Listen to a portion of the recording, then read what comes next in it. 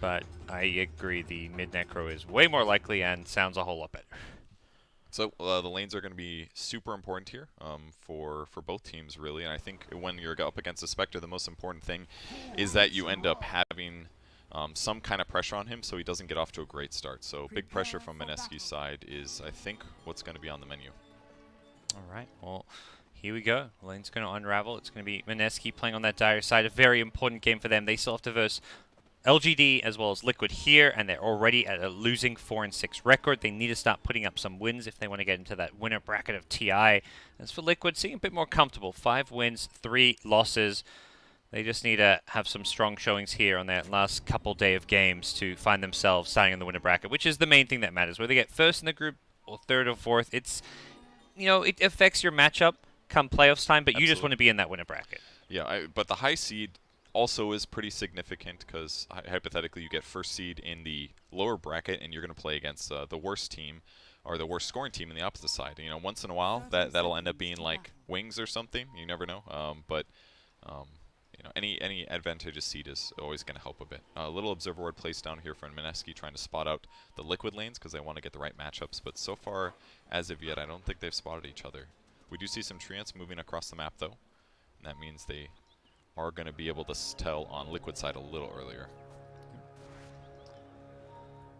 See if they fight over the bounties a little bit here. Liquid wanting to contest a bit, but they already have control of 2 runes on the opposite side of the map. This is the safer play. Maybe they could have gotten 3 there, but for all they know, there's maybe 3 or 4 Mineski heroes sitting around waiting for a first blood. Yeah, you don't see anyone top, so like you say, you don't know how many heroes are down there. Play it safe, just take your 2 bounties, and focus on executing your game plan, which is going to be this strong, aggressive tri-lane up top, at least initially. Both GH and Kuro are looking to secure Miracle's early game farm on Spectre, and he is playing, well, in what is traditionally the harder lane, as Manessa Mushi hiding in the trees, forced to TP actually down bottom. He doesn't want to mess around up top. He sees these 3 heroes and says, I am going to go deal with the Nature's Prophet.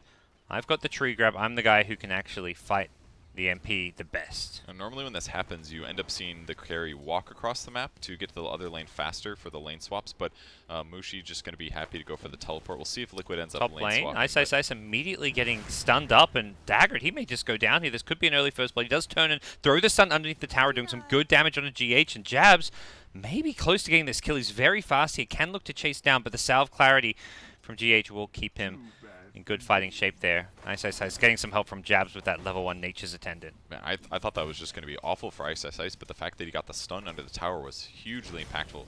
Another stun on Enchantress here, but no follow-up as the creep wave is pushing, and in fact, Venge is going to lose a lot of health here.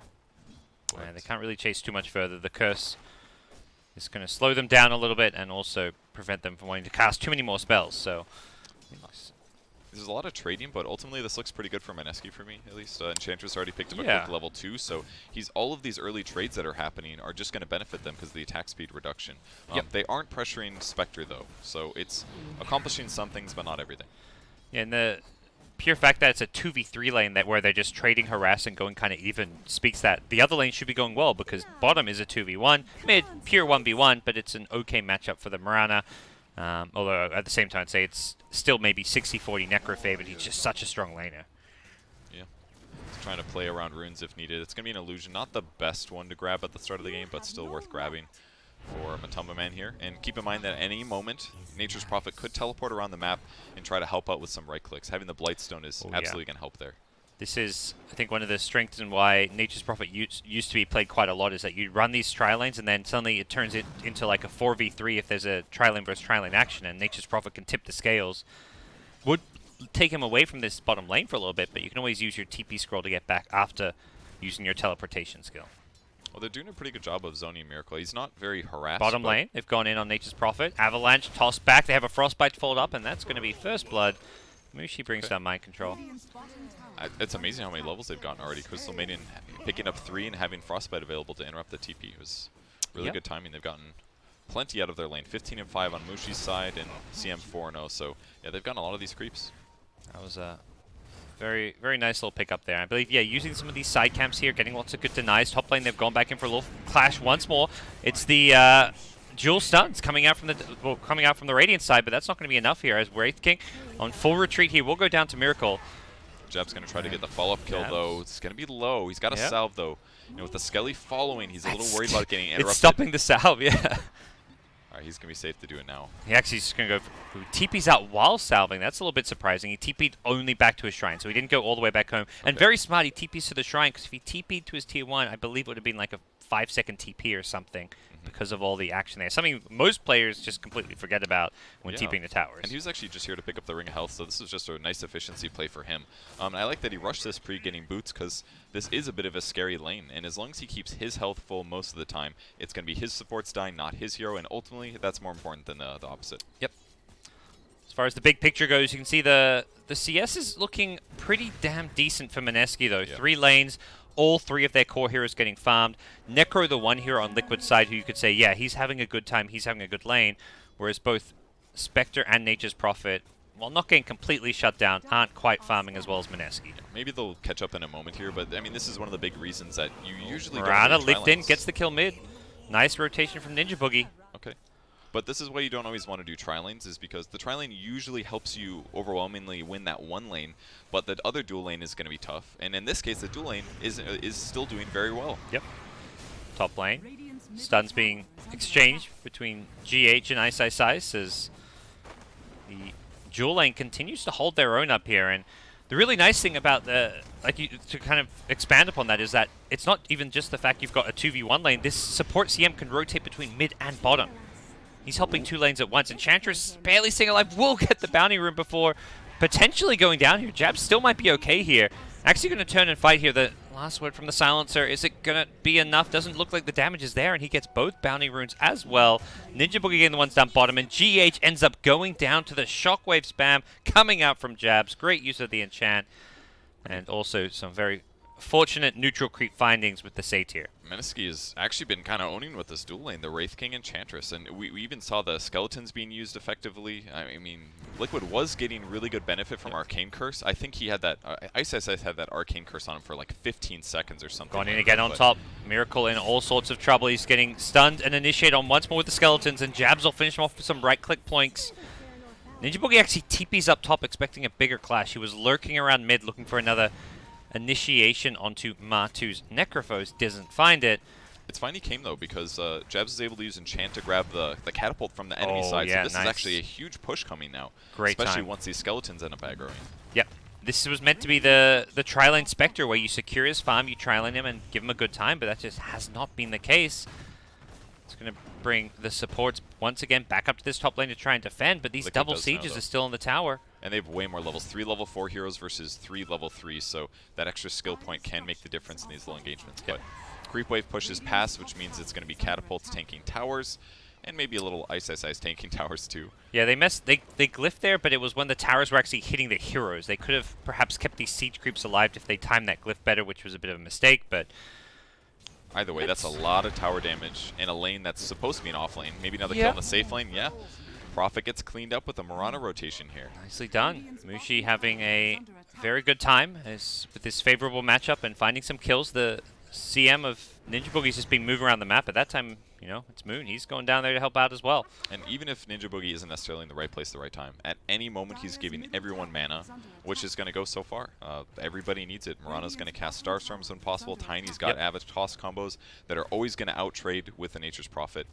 And we've seen plenty and plenty of Wraithfire Blast so far, all being valuable. And even the big recent Ench nerfs were to the mana cost of the level 1 Nature's Attendant, but with CM Aura and the dual lane versus tri-lane and Magic Sick charges, there's never been any mana problems for Jabs, who's now going to find another initiation and another kill, brings down Kuro. 2v3, Mineski are just crushing this top lane. They're not stopping Spectre farming. Oh, first Reaper of the game going to come out as Necrophos looks for a kill. We'll end up bringing down Ninja Boogie, not perhaps the big kill he wanted with the Mirana, as Crystal Maiden. I didn't catch the beginning of that. I'm guessing he leapt away at the same time that he got Reaper Scythe, maybe? Because it wasn't even close to dying, so it must have been just a nice reaction from Moon, which makes sense. This guy's almost always on top of things in the mid lane, wins almost many of his matchups, hasn't been doing the best this TI so far, but definitely still playing well.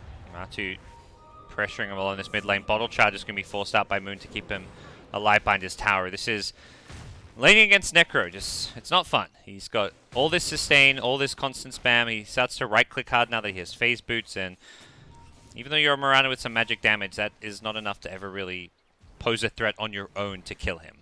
Jab's getting a D-ward on the cliff ward, so diving tower is going to be a bit easier, and placing knobs right next to the shrine is going to give him vision at all times of where Spectre's going to go, because he knows his lane is not very safe, and more Skellies spawn on the top lane. This tower looks like it's going to fall for sure. Yeah, they didn't get it with the siege creeps, but they'll make sure they get the job done this time around. Spectre, no interest in defending, is actually just trying to get some jungle on Miracle, though. He's going to run into Jabs in the trees there. Jab's already level 6, so That's so good. the impetus up, he gets a whole lot harder to deal with. He may be able to just solo kill the Venge behind the tier 1 tower, and back in the mid lane, Matu actually goes down. He popped the Ghost Shroud, but the double Starstorm hits him and deletes him from the game for the next 25 seconds, as Crystal Maiden will be the price. Mind Control TPing in to clean that one up, but Might get Moon 2. yeah, he leaps, but he's got this Arcane Curse on him, so he's going to take a lot of damage, has 9-1 charges. Should be okay even without popping them. So he holds on to them as Mushi. Needs to be careful on mid.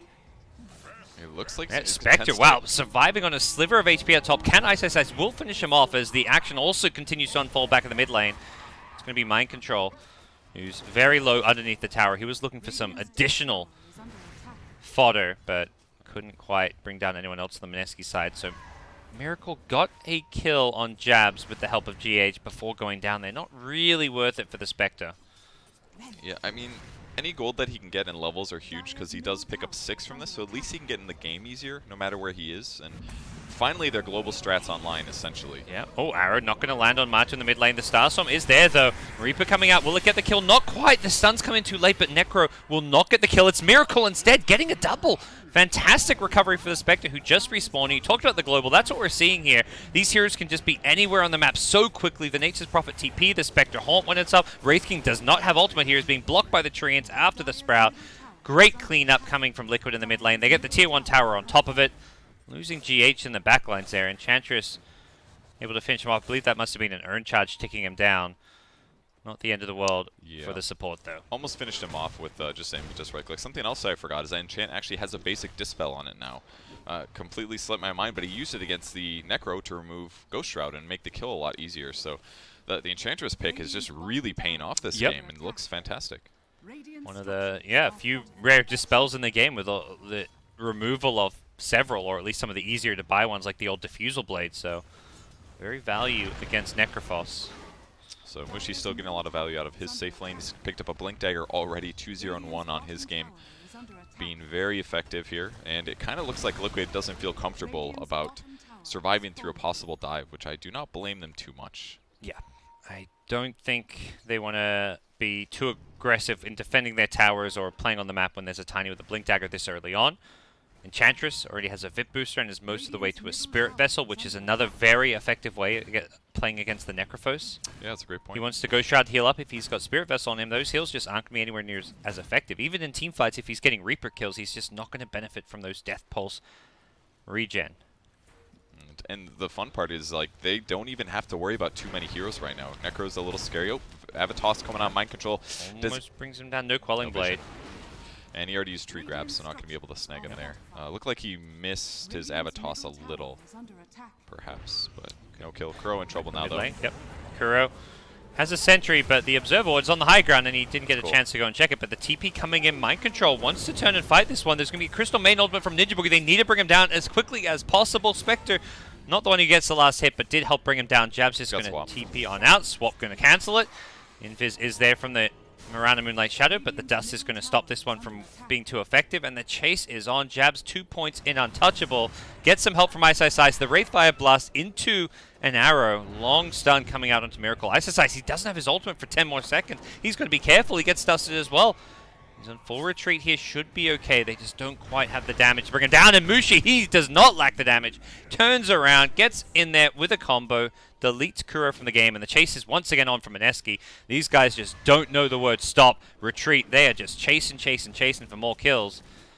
They want in, and they want to just keep on bullying Liquid as much as possible, knowing that this Spectre pick is just not going to be a good hero to fight with right now. Yeah, he's queuing up a Ring of Regen, looking like he wants to finish a Hood to start the game. And I think that's a good grab versus a Tiny. Otherwise, you have to always worry about getting one shot at the start of the fight, or if any disable lands on you, the enemies are going to fall up really rapidly. But, I mean, Mineski started off with a great laning stage. They're really pushing their advantage. But with that said, Liquid is still getting on the map, and they are making some trades. It doesn't always seem fantastic, but things could turn around in the next 10 or so minutes if they get a really good fight. Yep. See if they can get that now. The next Haunt. Last time they had Haunt, they got those, what, 3 kills or so in the mid lane, just losing the support Venge. So with the globals back online, theoretically we could see the next fight coming fairly soon from the Liquid side. Even a Spectre just with Phase Boots, Aquila, and Wand does pose a bit of a threat using that Haunt around the map with the max out Spectral Dagger. Especially if he jumps in like halfway through the fight, goes on the Crystal Maiden, for example, when her abilities are down, then that's the best person for him to go for an easy kill. And once he gets the Hood, he's going to be a lot more comfortable jumping into fights like this and just being aggressive. But Tiny's still sitting around the top lane. He did spot Nature's Prophet before. He's going to find him again here. Yeah. Not very good for mind control. Yeah, gets the Avatos up, but Drum Charges will help Mushi run away, and the Tree Toss is going to bring him down just to 30 health, and Mushi going to pay the price. 50 seconds he's dead for. Here comes the Haunt with the Global Silence. This is the big team fight of Team Liquid. Even when they're down 5k gold, they pack a punch when they group up and play with their ultimates. Ice going back in with the arrow into Starstorm. They take down the Necrophos. He's going to be respawning in a second with that reincarnation here as Moon forced to retreat, silenced up. Does get the leap away, though. Wants to maybe turn around and help Ice, who is somewhat on his own against 4 heroes. Stunned up. He's in all sorts of trouble here. Crystal Maiden just wants to get the hell out of there, but I don't even know if he can do that one. Drops a Freezing Field Miracle. Gonna not get the kill himself. It's Kuro getting a double kill of all things. And, oh, he gets a triple! No the Arcane way. Curse. It just kept whittling away at the Mirana, who just wanted to get a bounty rune. He had 1 charges, too. Was he on cooled? He must have been on cooldown. I don't know. I don't think so. He was running. He'd been running away for a while, but maybe I did not honestly see. So I do remember his escape. He was pretty low. He had a haste rune. He got out of there. He did have to leap through the Arcane Curse. I mean, that's a lot more than Crow expected. But all of a sudden, he just got real smart. I mean, that was what, 3 kills, 6 more int than he had at the start of the game, making a big difference. The Global Silence was huge there. Although I could blame Mushi a little bit. He went for an Ava before blinking. He didn't go for the Ava Toss combo. When you do that, it doubles the avalanche damage, but he went Avalanche into Toss afterwards. It gives you more stun duration but far less damage. And yes, he's ahead, but Nature's Prophet's level 10. He's got a drum, so his HP's okay. If he just goes for the Ava Toss there, he gets that kill and doesn't die for nothing. So I think that was a little bit of a mistake there by Mushi, and they've also capitalized to get all the other kills. So good fight for Liquid. Yep. Well, we'll see what Minexi's next move is going to be. They've got these ultimates down. Theoretically, they should want to go fight. Well, Haunt, Global are on cooldown, but it's actually Liquid who are baiting their Necrophos. Very good hero to have in the front lines. Immediate swap coming in on jabs. He's going to pop the heal, though, and he's pretty damn tanky with this one. Mushi kind of slightly off target. Getting the Avatos, yeah, once more. GH in the front lines, I think, realizes he's in a bit of trouble, but actually going to be okay here as Jabs just didn't quite have the impetus damage. Arrow, ooh, barely misses Matu coming in from the side there. Moon, he hit that one, may have been able to follow that one up, but... And I think the reason that Mineski's playing a little careful right here is because they took this advantage and they maybe turned it into the wrong items, perhaps. Ice opted for a Midas, which kind of reminds me of the last time I saw him do this. It felt he had a really good early game, and then they got kind of in the mid game and it felt a little weak. Maybe able to get a Matumba kill here. There's the enchant follow-up. Yeah. Frostbite into Arrow. Ooh, that Reaper almost bringing down the Tiny. He barely gets away. They did throw the Global out here, so if Mineski can just retreat back off and disengage, but there's a long-range swap pulling Jabs back in. He's still taking damage over time. The right clicks should be enough. Yep, he goes down, as does Mushi. In deep was GH to help make sure they could get that kill, and Liquid are just outplaying Mineski right now, it feels like, more than anything. And while this is going on, Spectre's just farming. Yeah, the Liquid's doing a great job kind of presenting these options for Mineski initiated on, but they're always there to back up their heroes. And at this point, they have all the items they need. Matama Man's got his double hat here, so he's really survivable. Wraith King can't really initiate because all he has is a Midas. And yes, it's going to give him golden experience, but now all of a sudden they've lost all this tempo because of the Global Silence team fights. If Liquid can take this tier 2 mid as well, it's going to make it a lot harder for Mineski to move around the map and find engagements. Yep. They're just playing very well around the fact that this Necro is strong. He's just, you know, he's sitting out in front, baiting and saying, come on me guys, I'm a Necro, you're not going to kill me, and I've got these heroes behind me. So even if you go on me, there's a swap save. If needed, there's plenty of backup for him, and hey, even if we lose a hero or two, Spectre's farming. And Spectre has suddenly Hood and Yasha, level 13 as well. This is a hero that gets quite strong just by having all of his spells maxed out, because it just gives you that full dispersion damage as well as Desolate, and suddenly you're quite impactful in a team fight. Yeah, he's even opting for more Desolate damage from his talent tree too, so he's just all about dealing damage with his team. The squishy heroes on the Liquid side are all getting tanky. Silencer's picked up a Treads and double Bracer, because he knows if I max my raw HP and my enemy Tiny goes for a Blink Dagger, then that means I'm more likely to survive the one-shot combo. And if you can, it completely changes the team fights. So now all those early opportunities that Mineski has have kind of fallen away. Radiant does put a scan on the map, and they're going to spot Mineski's rotation as well, so we'll see if they make a play around this.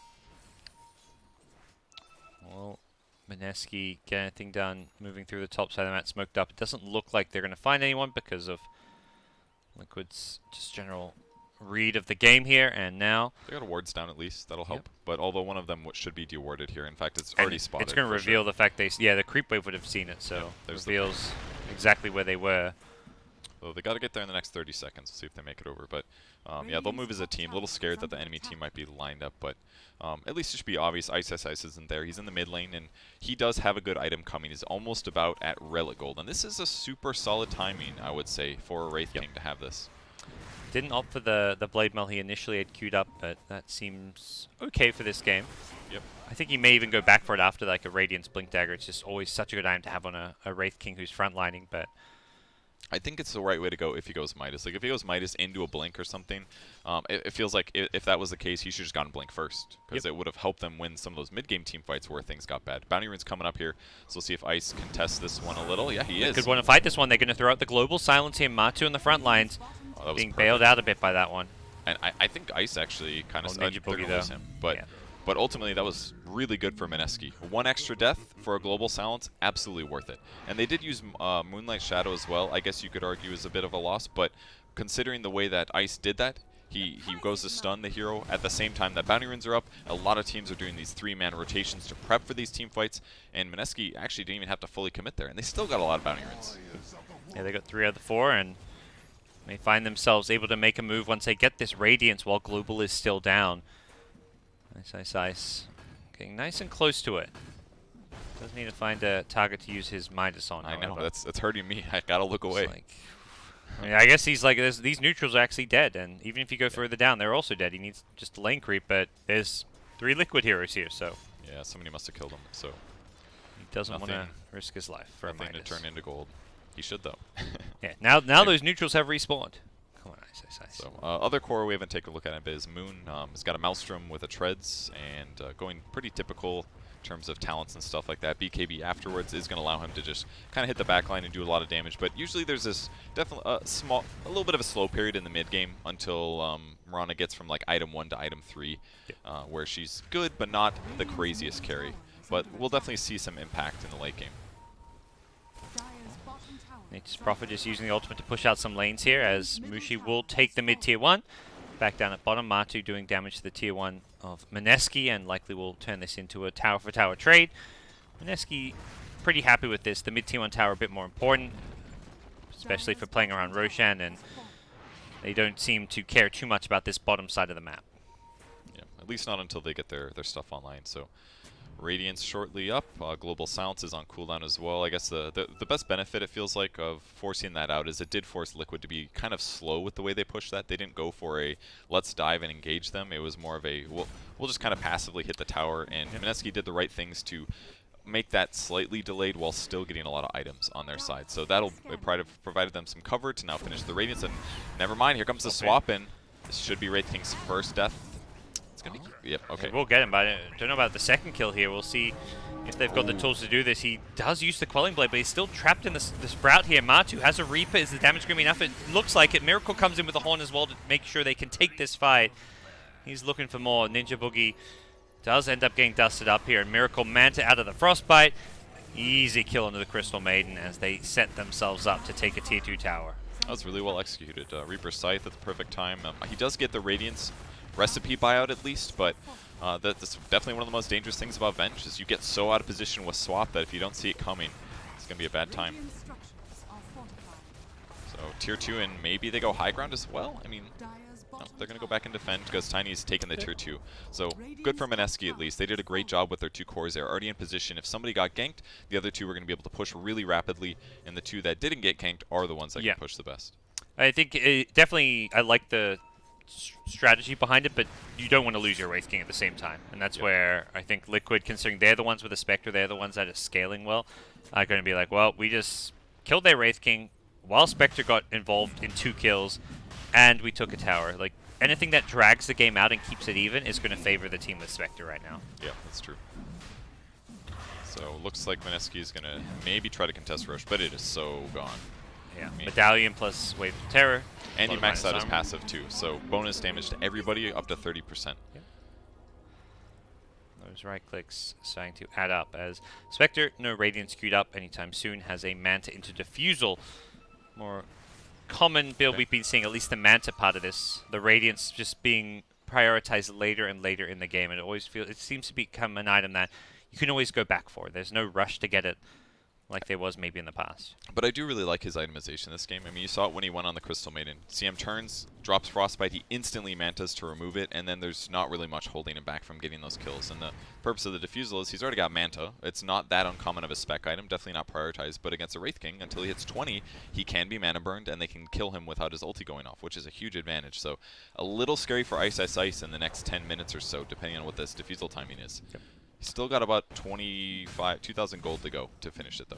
Liquid is smoking up, looking to take a team fight. They're a little bit maybe too early. The Haunt is 15 seconds away, and actually Miracle's going to TP in. I think recognizing that his team may find a fight right away, and they sure as hell are. They're going to go right in on Ice Ice Ice, who does have reincarnation, but he's been swapped out of position. Something you talked about, and Kuro with the global silence gets arrowed though before he can use it. If they can kill him quickly, that'd be huge for them, and it looks like they'll succeed in doing so. No global for this fight. The Reaper comes out. They don't get the Reaper kill on the Wraith King, but he still goes down nonetheless, and it's Mind Control kicking out 2. Moon's BKB. He's trapped the Sprout block. What a play from Nature's Prophet, blocking him on the low ground. He couldn't get out. He had no leap charges left, and Mushi in trouble as well. Should be finished off. Miracle getting the kill on it all, as they go hunting for more jabs. Can't get out of the Sprout.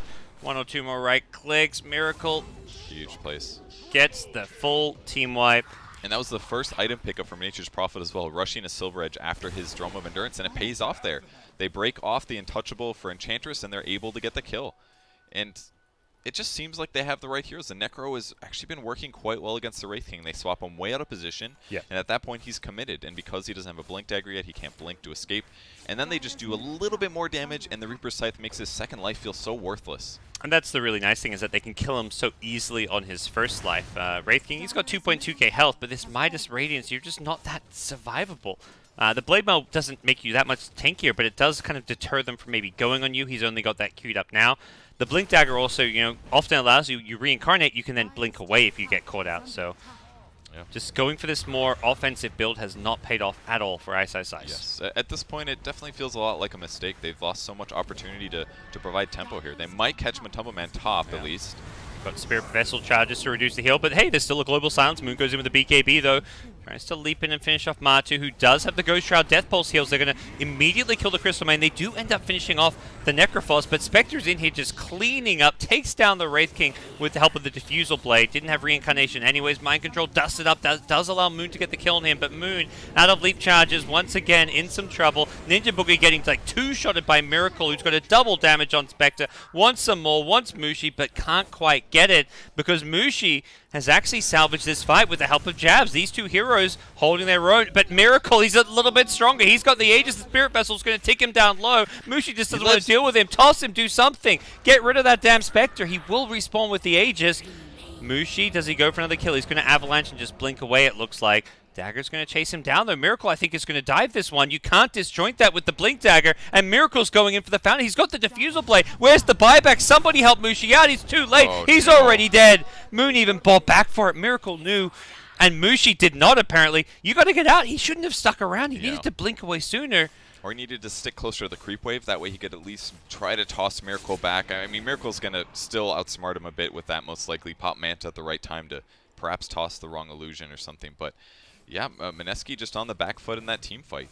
They kind of had a go for an engagement, but once again, Global Silence was everything here. Yeah, we'll take another look at this one here. They commit so much on the Necrophos, who does die, but when it takes that long to kill him, and because of the Global Silence, it just let the rest of Liquid swoop on in. Full HP Spectre with double damage. Miracle was just unstoppable here. And the other core spent all this time going for mind control. Ultimately works out, but eventually it's still a Spectre with an Aegis, and he's going to kill the rest of your team. Yeah. See, Kuro on the backlines did get kind of sniped by the Enchantress there, and it's 4 kills going Mineski's way, which on paper isn't terrible, but in the context of a Spectre being the lone survivor who completely cleans up and wipes Mineski, I don't think you're too happy. Yeah, absolutely not. I kind of feel like the Fast Spirit Festival rush from Enchantress was a bit weak, perhaps. Maybe he should have gone more right-click heavy, like Dragonlance or something. Oh, instant kill. What a grab. 2 minutes. He just fought back as well. Kevin, this does not bode well for Mineski. Yeah, not at all. A dieback with a Reaper kill is, you know, in SEA you call that Facebook time. That's when you tab out, you get on Facebook, and, you know, you go do something else because you're not playing Dota for the next couple of minutes here. Spectre, Miracle, he is playing Dota. He's honing around, he's juking them. He's making all the plays here. Takes down the Wraith King's first life. Didn't quite burn enough mana here, as there were mangoes on the Wraith King as well, but he will easily kill him a second time. And Liquid on the high ground are going to look to focus down the tier 3 tower now. Earn charges to heal up Miracle, get him back in fighting shape. Man, it is not just Necro being effective against Wraith King, it's also the Vengeful Spirit. The fact that he doesn't have any armor items, and he has to deal with Wave of Terror and a Medallion, even right-clicks kill this guy so fast. That's where, yeah, the itemization is maybe just being not quite what Mineski needed. Even 3,000 gold on Ice Ice Ice that hasn't been spent. Just seems there's this level of uncertainty about what to do. And Mineski go down. Game 1 going Liquid's way. Man, Liquid is so good at Dota. That looked like one of those ultra stomp games where the laning stage was a massive deficit, but they just pushed it and pushed it. It's like they were losing and they still took good team fights. Like, how do you do that? It's so hard. We rarely see it from teams, but Liquid is able to do it from the start. One of those teams that are just